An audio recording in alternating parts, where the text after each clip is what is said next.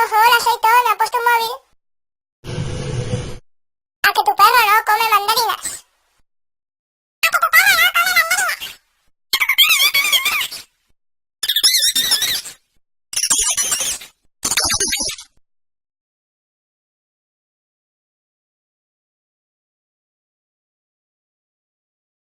La comida.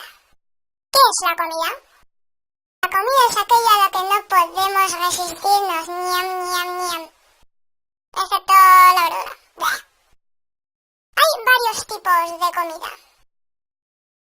Las pizzas, hamburguesas, perritos calientes les gustan a todo el mundo. Excepto a mí.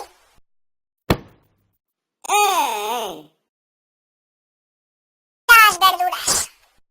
Los guisantes, pimientos, alcachofas, etc.